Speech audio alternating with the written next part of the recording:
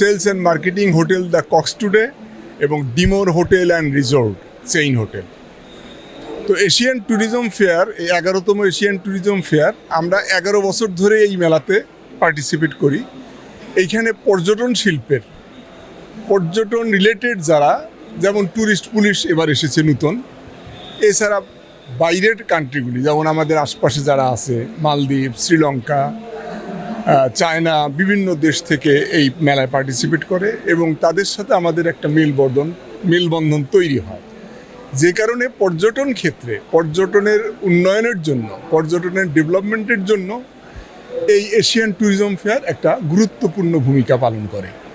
আমরাও হসপিটালিটি সেক্টরে এবং এই পর্যটন সেক্টরে পার্টিসিপেট করে আমরা মানুষের সেবা দেওয়ার জন্যই এই মেলাগুলিতে অংশগ্রহণ করি। ধন্যবাদ সবাই। Thank you sir.